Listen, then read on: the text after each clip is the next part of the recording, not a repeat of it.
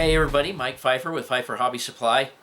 Oh, I forgot to make sure if I was beautiful or not. But anyways, this will be the ACTRR Update 11. And let's take a look at what I've been doing. Okay everybody, last time I do not remember if I had these gussets in there, but anyway, if I did, sorry about repeating myself. But I now have all the models back where they belong, including some train models up there that I had on a shelf inside. You've seen all this stuff here. What you haven't seen is my new addition here. And I got to get way back to get it all in there. I found this rather industrial looking 4-shelf shelving unit at Bed Bath & Beyond of all places, and I brought all my models out here, moved my Chico and my Speedy, but now I have a place to put everything. So that's the first thing. And now I would almost say that that area over there is exactly how I want it to be. I think I've mentioned this before, those cabinets there are going to go back a little bit. That one can't go back, but that one can go back. And I'll probably put some skirting around there when I get that far. Skirting is the last thing on my mind. But anyway, let's turn around and see what else I've done, and let me tell you about some glitches in my system. Okay, one thing I wanted to show you, I don't think I had these done in the last video, but I've got 4 of my DS64s down here. The switches, all the switches and sightings are working on these 2 right here right now, but I have 2 others in there ready to go. I have a whole pile of them on the floor somewhere. That are ready to be put up there if I need them when I get to the yard. I have to do some soldering of the feeder wires under here, but I'm not doing that yet because I'm going to hook BD20s, NCE BD20s to all of those so that I can use detection on different blocks. You can see over there that I have one of my reversing units hanging. So all that has to be dressed up and so forth. But anyway, that's about it for electrical stuff. I've got to get this wiring cleaned up here. My unit is back on its shelf here. But anyway, cleaning up the wiring is next once I get the BD20s. So let's go up on top. Okay, here we are up on top. I've got a couple of trains running right now. I cut out this, I made a template and I cut out this piece of 2-inch foam, but I've realized the easiest way to do this is to put about another 1-inch piece or 3/4 inch piece underneath it to raise it up to that turnout level instead of making a slope there. So I will pull this piece out of here and raise it up however much I need to raise it up to get to that turnout level, and then bevel these edges, and I just used all these cut pieces in here as filler to lay my plaster cloth on. That's what they're doing. But you kind of, now it'll be, even though it'll be a little higher than that, you kind of get an idea of how that will work. This will be high enough at that point that it'll sort of hide this track in the back, all this track in the back, almost all of it. There'll be room for 2 industries here, at least. Well, probably just 2, but we'll see how that goes. But I just wanted to allow you God, it sounds like I'm a dictator. Just let you see what's the plan here and see what I had in my head. So anyway, let's take a look at what's going on the rest of the layout. Okay, here we are, kind of up on an elevated view of the track plan. And if we look here, right here, this I've made a modification to all this yard area, all this stuff here. But what I realized in reality versus the track plan is that this track right here, aka right here where this locomotive's coming by, sticks out way too far here to allow me to have sufficient area for my yard and my industries and so forth. This just sticks out way too far, and it sticks out further than it actually does on the diagram. I don't know how that crap happens, but it happens. What's on paper never seems to be exactly right when you actually put it into physical practice. So, what I have decided to do to make a little more room for my switching area and have a little more fun here in the front is I've decided I've got to desolder these tracks. I might just take them off of the switches down. Oops, wait a minute. I might just take them off the switches down there and change this angle and get all this, take this track off of here back to about there and move this these 4-inch blocks in, and then make the track fit the blocks, and only have about a 2 or 3 inch, instead of having 6 or more inches here, only have possibly 3 inches here, and bring this in, give me another 3 inches out here for stuff to go down through here. This is the only curve that seems to be encroaching on what I was going to do here, and all of this would move in somewhat. This little swing out over here where the mine is, it's going to have to be like it is. I'm not going to move any of that. But anyway, I think what I'll do is I'll go inside and try and print out the new plan, the way the plan is. I've rearranged the plan, and I'll show it to you. But we're gonna, anyway, without rambling, we're gonna pull this in right here, and that's what my job is going to be today, is to desolder the track there and use some different radiuses and swing this track in.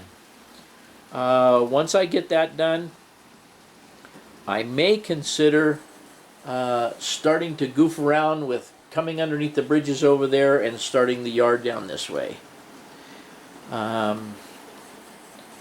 Now, you've already got a sneak peek of it. I'm sure some of you have already seen it, but I've done my first little piece of scenery, so let's take a look.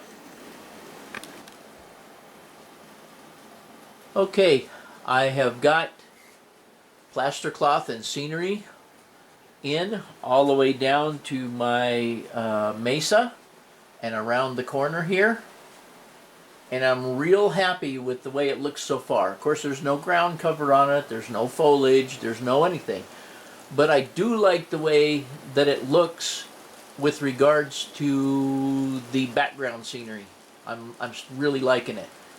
From this point right here on up this way is where the mine is going to sit, and the terrain is going to start to change right here into the more mountainous and more green and darker paint on the ground.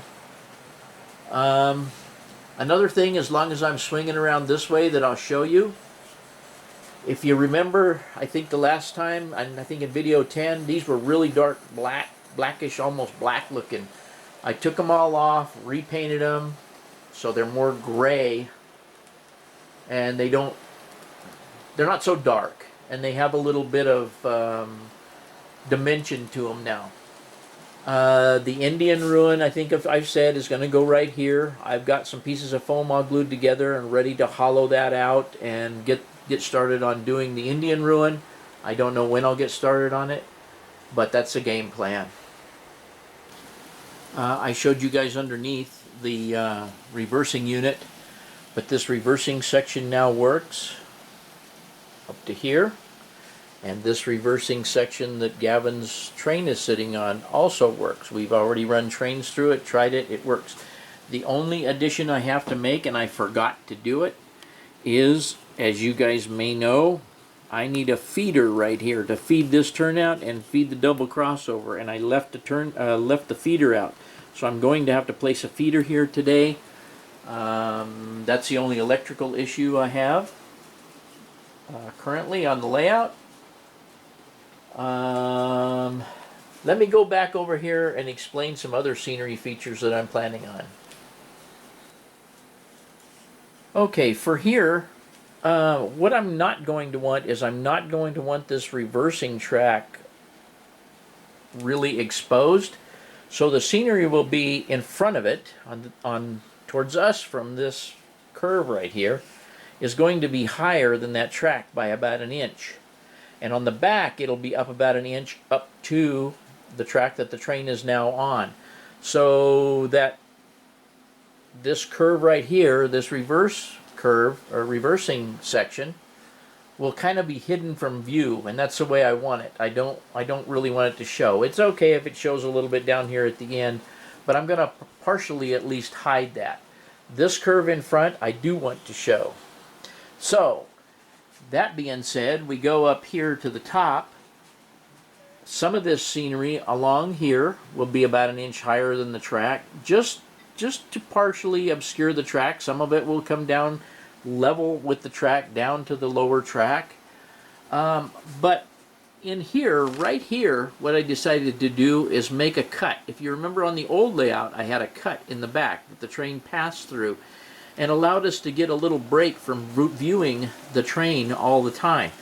So right here where the steam engine is now, it'll go up pretty high, the height of that hill back there, and then dive down as it hits the edge of the 4-inch high over there, okay? So that will be a cut. There'll be a hill that they cut through right there, and that'll blend those two pieces together. This scenery in here, I don't have a plan yet. It could be hilly, it could be up higher, I don't know. I'll figure it out when I get there. That's kind of the way I do it. I just try and figure stuff out as I get to it. And as I come up with a plan, I implement it. So that's the scenic game plan there, and I guess we can move on.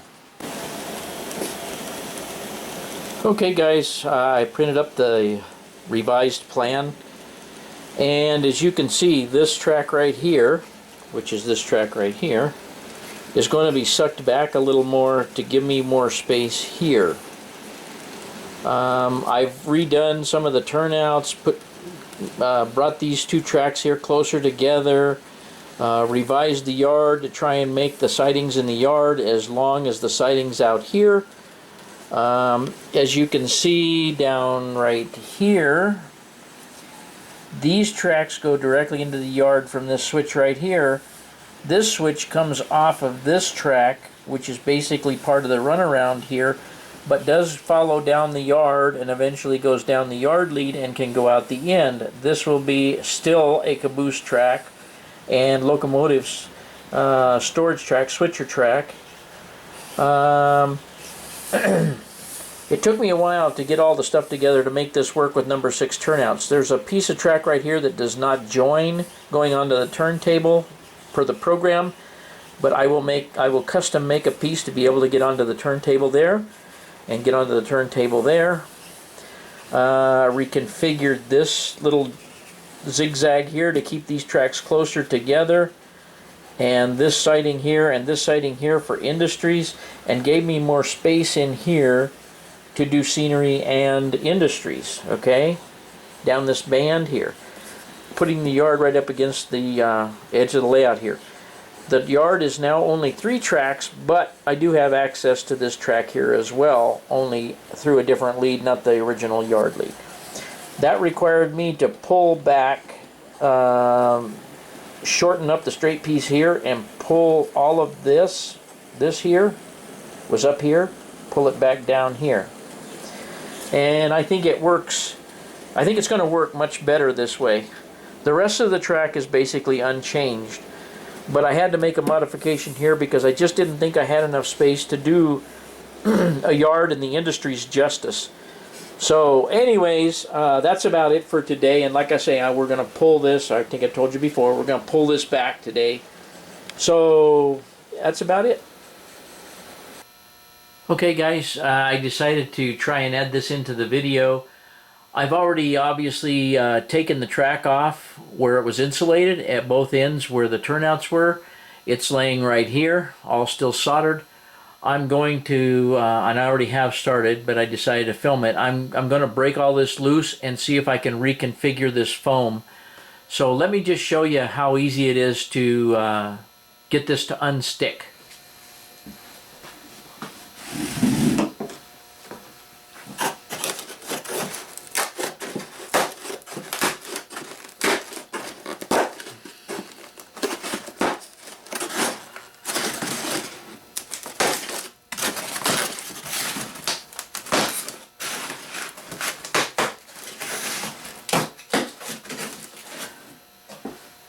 All you have to do is kind of just hold it. There's two pieces together here. Just kind of hold it and just kind of break it loose. That's all there is to it, really.